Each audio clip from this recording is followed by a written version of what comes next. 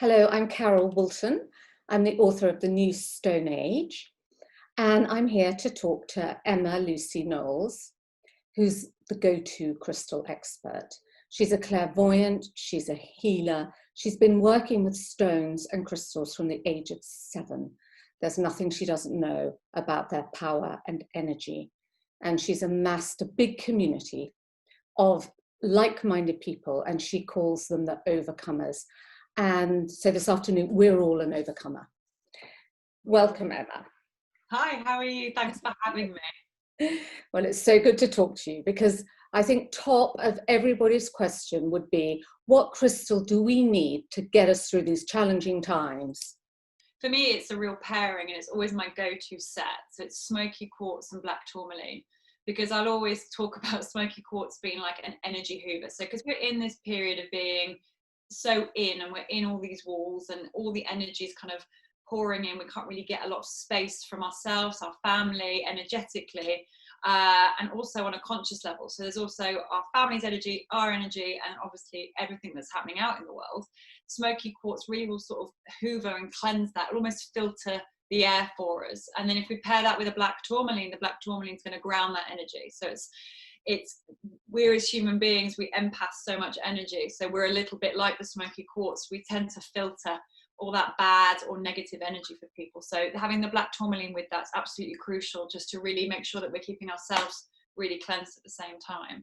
And I also think keeping your mind open is really important, because we don't know where we're coming from one day to the next. So having a piece of amethyst, just to really open that crown chakra, really allow us to tap into a greater force, a greater power, and just get us out of our head a little bit more. It's very easy to kind of really go in, but not in the right way, kind of go in and have a lot of mind chatter, a lot of kind of things on repeat. And we're all healing a lot in these times. So which is an incredible opportunity, but equally terrifying, because so much stuff's purging for us right now that we feel a little bit out of control. So I think crystals right now are incredible support for that. Tell everyone who's starting with crystals, how do you know if you've felt the energy? What's the way to feel the energy? It's so different for each person, such a unique experience, and we can get very, I was about to say, biblical about it. It can be like, this crystal does this, and now she'll do this with this crystal. But just how I always liken it to how I put my clothes on and put my makeup on, different to my sister. We've all got our own ways of feeling and sensing. But I think if you really want to get your first major sensation with them, and meditation isn't your thing, use it before you go to bed. So if you're having a bath, you can put the crystals in the bath, and you'll sort of feeling that energy pulsing through. And if you're taking them to sleep, it's when we're putting our mind down. So we're much more open-minded. We're much more we're not thinking about the day. We're slipping into that space of kind of a sleep and of dream and of just allowing.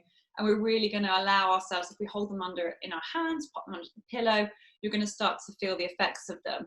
Now, you may feel a pulse. So it might be like a pulse, almost like an energy wave moving into the hand. It may be a heat, it may be a coolness. And it's really easy in the waking day for us to be like, write those experiences off as, oh, it's hot outside and my body's quite hot. But if we're doing it in that space, we're much more likely to feel a deeper effect. So I definitely feel if you're starting and meditation is not your thing, try them in your everyday practices. Just add them to a routine that you already have and you feel comfortable with. So you don't feel like, you don't have to be a pro to work with crystals. It's just about adding them where you allow yourself to feel comfortable enough to give over to feeling. I want to know, what's the biggest life lesson you've had using your crystals?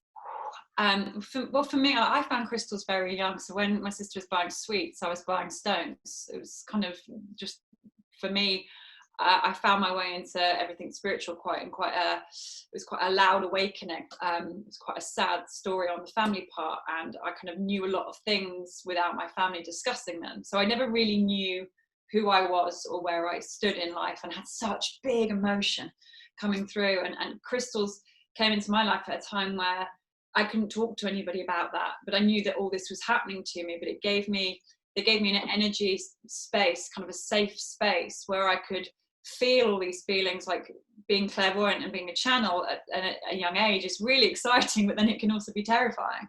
So they gave me a really wonderful experience to know that this is safe and that I'm really held and I'm really protected. And you don't just need that from human beings, you get that from energy, and they're the most amazing energy source for that for me. And I don't really drink anymore, and once was gifted a piece of hematite crystal, and I just remember lying back on the sofa with it and just had the most amazing trip. Just like I could see all the energy moving around the room. I could just sense it, and I was just like, this is what I should be doing this properly for a living now. So yeah, really kind of life affirming experiences. So do you have a simple crystal regime that you start the day with? What do you do? So anybody who may work already with, maybe you can get angel cards. So some people will get an angel card and they'll pick a card a day and see kind of how they're feeling based on that. For me, I'll pick a crystal for the week. So I'll have like my archetype for the week, and it will be based on, I don't tend to read up on what I need. I'll really listen in to what I'm feeling for. And I've got a whole room full of crystals. So my studio is, as you've seen, is littered in them. And I'll walk in and I'll close my eyes and I'll literally just breathe and say, what do I want? What do I need? And then I'll scan the room and then it will kind of ping at me. And I'll tend to put that piece by my bedside, somewhere I can see it. So it becomes like, it becomes the champion of my week. And then throughout the days, I'll pick up a different piece and I'll kind of carry it on me, tuck it in my bra, pop it somewhere where I need to. So I'll always have one staple piece for the week, and then I'll shift different pieces out over the week depending on what I need. Because we're so changeable. Our energy is changing all the time. So, you know, there's always going to be one that helps us arc the week, but there's so many different things that happen from us, happen to us, that we need to change our energy with. And that's why crystals are great. It's like changing your lipstick based on the shirt that you're wearing, right? Everything's got to kind of complement each other. So I think it's really important that you kind of do that with your crystals too. If you could give a crystal to one person, who would that be and why? I think it's a great question. We've got to go with Boris Johnson right now. And I'm going to give him a piece of turquoise because it's about having clarity in your words. So I think that's really, really important. So yes, Boris, you're getting some turquoise. Now, if Boris wanted to go and buy his own turquoise, what's your tip for someone going out to buy a crystal? Yeah, absolutely. Crystals should be like your friends. So you've got to build a relationship with them. But it's obviously very daunting when you first start because there's so many. And it's very difficult to always track the path that they've had from the buyer to your door. So firstly, if you're buying online, make sure you've had a good read of the supplier and make sure that they know that chain of kind of sale as well. And when you go into the store, have an idea of what you want, but equally be open-minded to what might be calling to you. Because I tend to find that people may be drawn towards a crystal and then they've got lots of it. I have one client, she's just obsessed with clear quartz wands. And I said, well, maybe we should start to look at what you don't like, because obviously that crystal's really serving for you, but clear quartz is very cutting. And she's kind of was like, I can't stay in a relationship with anybody for too long, friendship, relationships. And so the clear quartz might just be cutting everything all the time. Let's look at what you don't like the look of, because sometimes that crystal that you don't like the look of is telling you so much more. Because we could just buy the same red lipstick over and over and over, but sometimes we've got to be a bit braver and look at maybe why am I leaning away from that. So also look at the crystals that you're not particularly attracted to, and then lean in a little bit deeper to those too.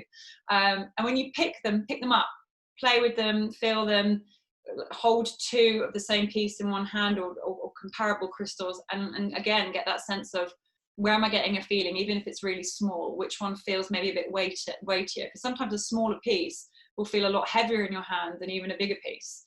So it's really about getting around that mindset of that I'm holding a rock in my hand. So just really kind of dive in and pick up and play. And if you don't feel like you're feeling anything, step away. Never feel under any pressure or obligation to buy one. It's just, may not just need that right there and then. What would be your desert island crystal? Out of all your crystals, you know, they're being washed out to sea. Which one would you wade in to go and rescue that you feel you really need?